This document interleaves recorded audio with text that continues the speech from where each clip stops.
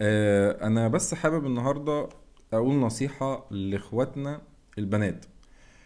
النصيحة دي هي بخصوص لو انت في علاقة حب، مع اني رافضها طبعا، او في علاقة صداقة حميمية، البوي فريند يعني والنظام ده.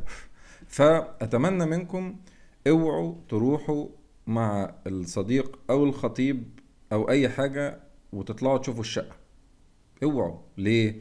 لانه انتوا لو طلعتوا شفتوا الشقة، في اكيد في واحد حاجة هتحصل. اكيد يعني يا اما هيعمل شق في البطيخ، يا اما هيعديه ما بين الايه الشمامتين يعني، هيعفص. المهم ان هو هيعفص في المنتج. المنتج لو تعفص فيه قسما بالله ما هيشتريه. المنتج اذا تم التعفيص فيه واللعب فيه فقسما بالله ما هيشتريه ابدا. يعني ليه بقى؟ لانه هو عايز يلبس المنتج ده لواحد تاني. فخلي بالكم من الشمام والبطيخ، وربنا يستر عليكم جميعا.